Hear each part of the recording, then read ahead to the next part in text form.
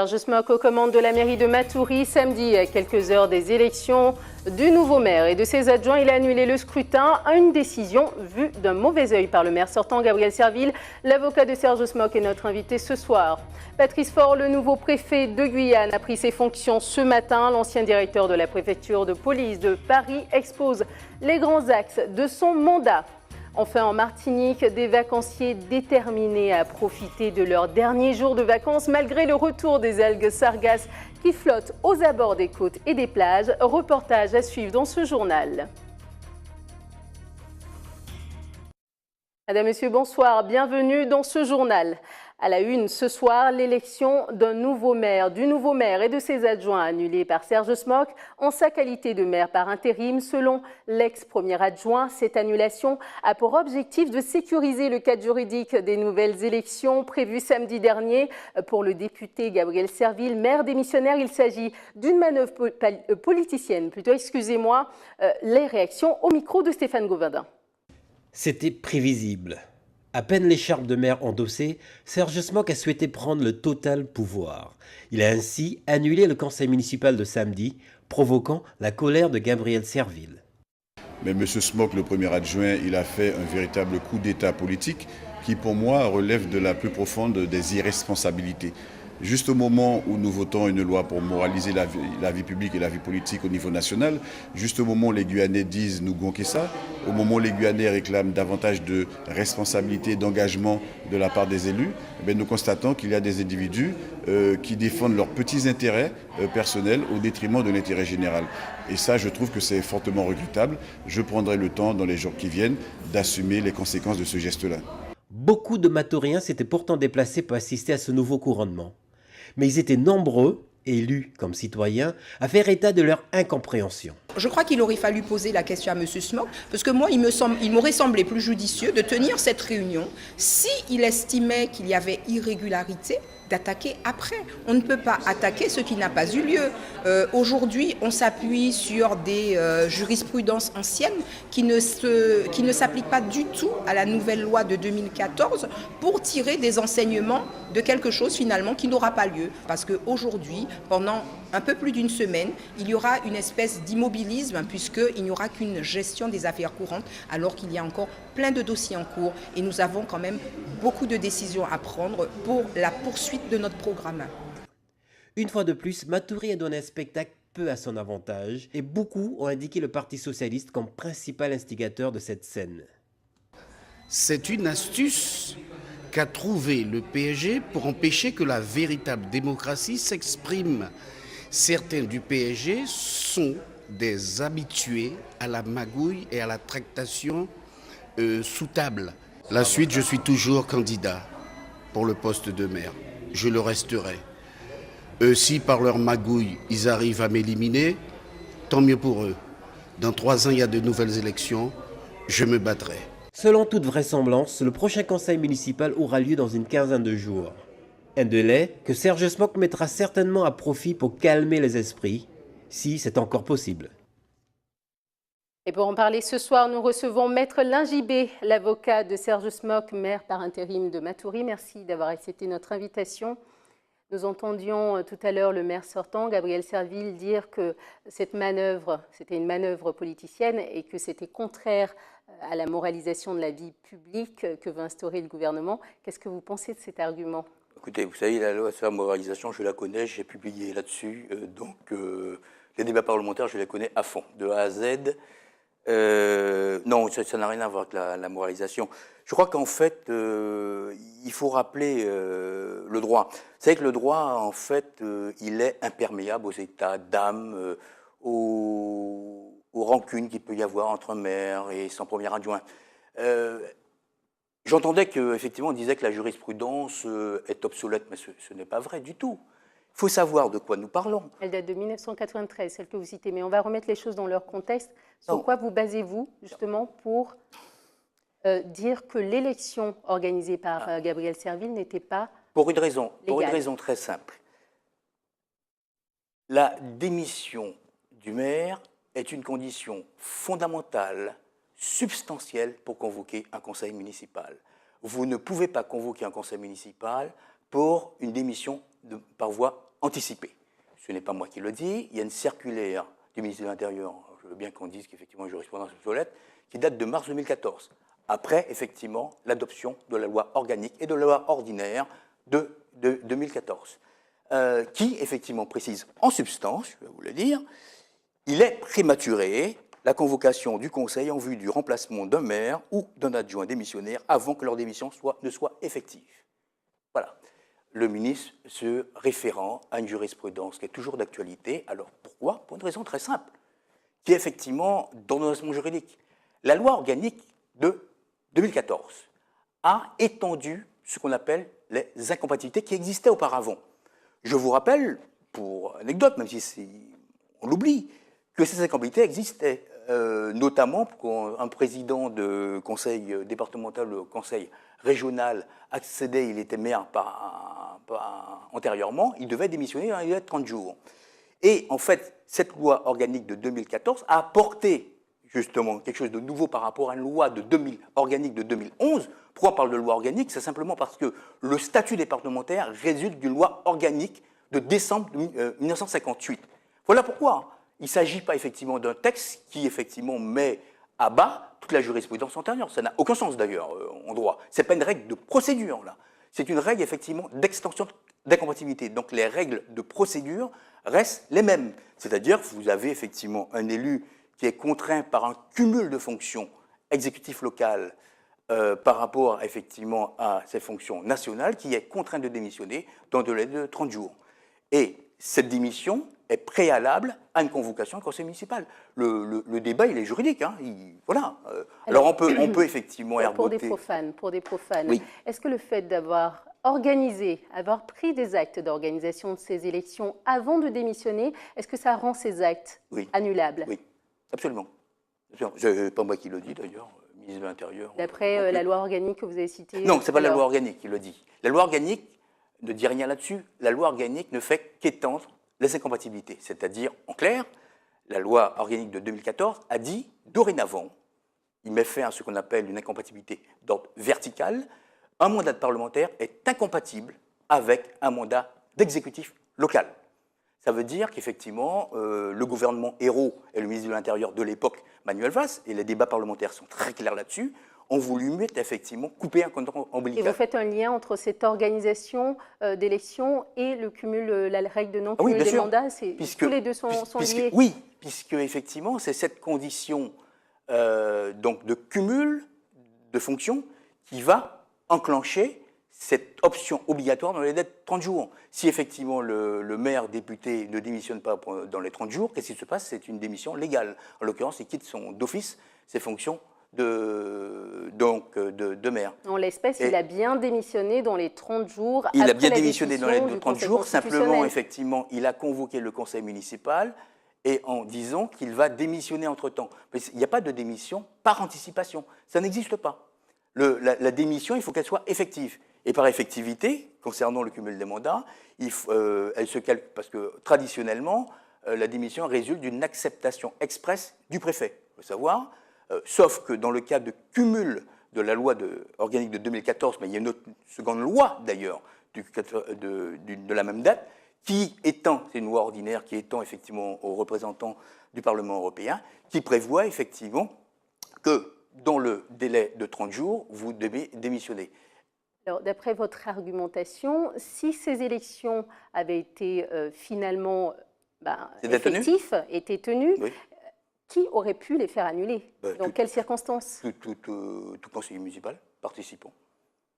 Et ça, c'est la décision qui revient. À qui revient cette décision? Attendez, la question qui se posait, c'est de savoir est-ce que finalement quelqu'un qui signe une convocation pour un acte qui n'existe pas, quelle est la nature de cet acte? Voilà. Parce qu'il faut savoir que lorsque vous convoquez sur des éléments pertinents, qui existent, des éléments qui n'existent pas, ne donne pas de valeur à votre convocation. Ce n'est pas possible. Vous ne pouvez pas dire par avance, je vais démissionner et je ne démissionne pas. C'est-à-dire, je vais démissionner en cours. Non, Alors, entre-temps, notamment l'USD, l'Union des sociaux-démocrates, avait demandé que la préfecture se positionne et qu'elle rende une décision par rapport à ça, en tout cas qu'elle arbitre d'une certaine manière. Pourquoi est-ce qu'aujourd'hui l'État ne s'est pas plus penché sur la question? Je ne sais pas. Je pense que le premier adjoint interpellera l'État là-dessus, sachant qu'effectivement l'État, le ministre de l'Intérieur, vous savez, ce qu'on oublie de rappeler, c'est que le ministre de l'Intérieur prend à la veille de chaque élection, donc sa dernière circulaire en 2014, mais chaque élection 2004, 2006, 2008, prend une circulaire qui, effectivement, porte sur élection et mise en place des assemblées des exécutifs locaux. Et prévoit tout, effectivement, la procédure. Il faut savoir qu'une élection, et c'est pour ça que je vous disais, ce n'est pas un état d'humeur des états d'âme, automatiquement, lorsqu'un maire démissionne, quelles que soient les causes de la démission, il est remplacé dans l'ordre, effectivement, du tableau par le premier adjoint. Qu'on soit bien ou pas avec lui, peu importe. Prévu par le Code des collectivités territoriales, c'est ce qu'il citait. Non, c'est ça. Non. Collectivité territoriale, mais attention, cette règle est valable pour toutes les collectivités territoriales. Vous le retrouvez, le pendant, pour effectivement un conseil départemental, un conseil régional ou la CTG. Oui. Alors, ce qui est marquant dans cette affaire, c'est que ce soit du côté de Gabriel Serville ou du côté de Serge Smock, dont vous êtes l'avocat, il y a toujours des textes de loi sur lesquels vous vous basez. Donc, finalement, est-ce que cette annulation qui s'est faite samedi n'est-elle pas, elle aussi, susceptible d'être annulée par une action d'un des administrés Oui, mais il pourrait toujours... Vous savez, tout acte peut faire l'objet d'un recours. Maintenant, c'est la pertinence de ce recours. Peut-on effectivement annuler une décision qui n'a pas eu lieu ou, en tout état de cause, qui ne pouvait pas se tenir voilà. Je crois que la jurisprudence a déjà répondu, d'ailleurs, dans plusieurs arrêts. Et les arrêts sont loin d'être anciens. Maître Alain Gibé, merci d'avoir accepté notre invitation. Merci. Alors, pour poursuivre ce journal, la prise de fonction ce matin du nouveau préfet de Guyane, Patrice Faure, précédemment directeur général de la préfecture de police de Paris, a pris ses fonctions ce matin. Il remplace donc Martin Gégère. Ce matin, il a exposé ses objectifs prioritaires. Reportage de Jonathan Lariot. La préfecture de Guyane possède désormais un nouveau visage. Patrick Faure, ancien directeur de la police générale à la préfecture de police, est le nouveau préfet de Guyane. Un peu plus de 2 mois après la signature des accords de Guyane, celui-ci devrait être le dossier prioritaire pour le nouveau représentant de l'État sur le territoire. Un accord qui ne serait pas suivi serait un accord inutile et je n'imagine pas que ni les Guyanaises et les Guyanais ni le gouvernement attendent ça d'un préfet. Ma lecture me dit qu'il y a des retards et que le plan d'urgence signé et validé en Conseil des ministres va apporter des solutions et donc c'est à moi, État, représentant du gouvernement, de mener les actions nécessaires justement pour effacer ces retards lorsqu'il y en a. Je suis sûrement différent de mon prédécesseur, en tout cas je vais chausser les mêmes chaussures que lui pour essayer d'impulser avec ma personnalité une nouvelle dynamique. Le 28 mars dernier, plus de 20 000 personnes marchent dans les rues de Cayenne, unies face à un gouvernement qui n'apporte que des réponses partielles aux attentes des Guyanais. S'ensuit la signature des accords de Guyane, mais la confrontation entre le peuple guyanais a créé un énorme fossé. Avec plus de 65% d'abstention aux élections présidentielles, les Guyanais semblent ne plus porter d'intérêt au gouvernement. Je pense que la réconciliation, elle se fera d'elle-même, dans la mesure où d'abord, je vais demander à l'ensemble des services de l'État d'aller encore plus sur le terrain qu'ils ne le faisaient par le passé, parce que je pense qu'il y a nécessité de dialoguer pour que nous soyons compris et que nous comprenions parfaitement l'attente des populations. Ça, c'est le premier point. Et le deuxième point, j'imagine également que le plan d'urgence qui est en train d'être la mise en œuvre est en train d'être vue avec l'ensemble des acteurs tout au long de l'été, eh bien, permettra aussi aux uns et aux autres d'apporter non seulement des améliorations, mais aussi des points de compréhension qui, alors que nous étions au plus fort des manifestations, n'ont pas été peut-être abordés en l'état. D'autres dossiers urgents sont dans la ligne de mire du nouveau préfet, tels que l'orpaillage illégal et l'insécurité, un nouveau préfet pour un nouveau gouvernement, mais dont les déclarations ne dévoilent que très peu des directives de l'Élysée concernant la Guyane. Aujourd'hui, 28 août, prend fin le vote par correspondance des membres de la Chambre de commerce et d'industrie. Les chefs d'entreprise devaient choisir entre les listes CAP CCIG 2017 de Jean-Luc Davidas et engagé et déterminé pour la CCIG, de Karine Sinaï Bossou. La nouvelle élection de la Chambre de consulaire, intervient, je vous le rappelle, après l'annulation de la précédente élection pour fraude. Le dépouillement du scrutin est prévu le lundi 4 septembre. L'inquiétude continue de grandir concernant le gel des contrats aidés. En Guadeloupe, comme ici, ces emplois subventionnés par le gouvernement sont largement utilisés par les collectivités locales, jugés trop coûteux et inefficaces par le gouvernement. Pour la communauté éducative, ces contrats aidés sont indispensables. Reportage de nos confrères d'ATV Guadeloupe. Au premier semestre 2017, 1094 CAE et 630 CIE ont été octroyés par le Pôle emploi. Alors un contrat aidé, c'est un contrat qui permet d'avoir une aide pour l'entreprise. Alors deux types de contrats aidés, les CAE qui sont pour les collectivités et les associations, et les CIE, contrats initiative emploi, qui sont pour les entreprises privées. Le contrat aidé existe depuis longtemps. Après, il varie en fonction des publics prioritaires, puisque chaque année, il y a une note préfectorale tous les 6 mois, une note préfectorale qui définit les publics prioritaires, puisque ça rentre dans le service public de l'emploi et dans la mise en œuvre par le préfet de ce point-là. Si le nombre de demandeurs d'emploi tenus de rechercher un emploi et sans activité s'établit à 56 420, les contrats aidés permettent, avec leurs nombreux critères, de réguler le nombre de jeunes de moins de 26 ans au chômage. Il y a plusieurs types de critères, notamment la durée de chômage. Par exemple, l'âge aussi, ça peut être aussi en fonction des actions spécifiques. Donc ça tourne surtout autour de la situation. Après, notamment aussi des zones prioritaires qui peuvent être les zones prioritaires de la ville, etc. Donc plusieurs types de possibilités. Il faut bien voir que le contrat aidé, c'est un contrat d'insertion, c'est-à-dire permettre aux demandeurs d'emploi de se réinsérer. Voilà. Après, pour autant, aujourd'hui, on le voit, dans le cadre du pacte pour l'emploi des jeunes, quand une entreprise a un besoin, l'entreprise recrute. Donc il faut avoir ça aussi en tête. Pourtant, depuis plusieurs semaines, le gouvernement cible les emplois aidés qui, selon lui, ne seraient pas suffisamment efficaces pour lutter contre le chômage. Si le Pôle emploi ne remet pas en question cette mesure, l'institution évoque une multitude d'autres solutions pour pallier le chômage. Et aujourd'hui, nous, à Pôle emploi, on utilise un ensemble de systèmes ou d'aide ou de formation. Enfin, vous avez entendu parler du plan 500 000 pour les formations. On a aussi des aides au permis. Enfin, on a une multitude d'aides à Pôle emploi. Le travail des agents de Pôle emploi, c'est d'utiliser au mieux tous ces systèmes. C'est-à-dire qu'effectivement, là, il y a un nouveau gouvernement, il y a des nouvelles mesures. Nous, aujourd'hui, on met en œuvre ces mesures. D'accord ? On n'a ni à statuer sur ces mesures, ni à les commenter. L'objectif, c'est utiliser au mieux toutes ces mesures pour répondre aux besoins et pour trouver des solutions pour les demandeurs d'emploi.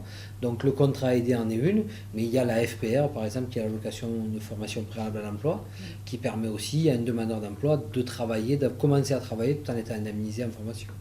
Une séance de travail s'est tenue à huis clos cet après-midi entre le directeur du Pôle emploi et les députés guadeloupéens. Objectif, anticiper les conséquences de cette nouvelle mesure. Un tour en Martinique avec des vacanciers déterminés à profiter de leur dernier jour de vacances à la plage, malgré le retour des algues sargasses. Reportage à Trinité de José Le Chartier. Claire a choisi la plage de Lance-l'Étang à Tartane pour y exposer et vendre ses bijoux. Ici, sargasses ou pas, ses ventes ne sont pas impactées. Le truc, c'est qu'à Tartane, on est vachement moins incombé par l'odeur, quoi. Il n'y a pas du tout d'odeur. Et les sargasses, en fait, elles sont dans l'eau, mais il n'y en a pas beaucoup sur le sable. Je pense que c'est une histoire de courant, je ne sais pas. C'est pas du tout comme le Robert ou le Vauclin. Ces vacanciers profitent de leur dernier jour avant le grand retour dans le froid. Comme Claire, Mathieu, Chris et sa famille sont des habitués de ce coin de plage. Les sargasses, ils les ont vus l'an dernier et celles-ci n'ont en rien gâché leur plaisir du bain. J'ai vu une fois une invasion de sargasses. En une demi-heure, le banc est arrivé, enfin les algues sont arrivées sur la plage et tout le monde est sorti de l'eau. Je trouve que cette année, il y en a moins. Ici, les sargasses sur Lance-l'Étang, on n'en a pas eu énormément, donc ça ne m'a jamais vraiment dérangé ici. Sur la plage de Cosmy, même décor, l'algue vicieuse est en vacances. Pour ce Trinitéen, l'explication est simple. L'absence de sargasses est due à un phénomène de courant. Il y a souvent effectivement des algues, ce qu'on appelle des vermicelles. Mais sinon, au niveau des sargasses, le mouvement effectivement des sargasses, c'est que ça part effectivement de la petite rivière salée, ça descend. Ça reste un petit peu sur la première partie de la plage, mais en réalité, le courant ramène toutes les sargasses à l'intérieur du port.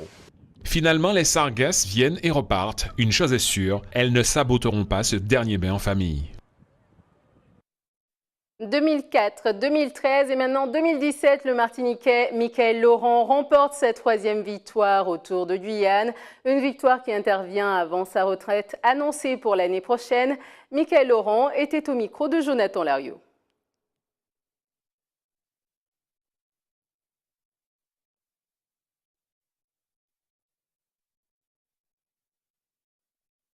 Vous l'aurez compris, nous écouterons Mickaël Laurent dans les éditions à venir. C'est la fin de cette édition. Voici les titres que nous avons développés. Serge Smock aux commandes de la mairie de Matoury. Samedi, à quelques heures des élections du nouveau maire et de ses adjoints, il a annulé le scrutin. Une décision vue d'un mauvais œil par le maire sortant. Gabriel Serville, l'avocat de Serge Smock, était notre invité ce soir. Patrice Faure, le nouveau préfet de Guyane, a pris ses fonctions ce matin. L'ancien directeur de la préfecture de police de Paris a exposé les grands axes de son mandat. Enfin, en Martinique, des vacanciers déterminés à profiter de leur dernier jour de vacances malgré le retour des algues sargasses qui flottent aux abords des côtes et des plages.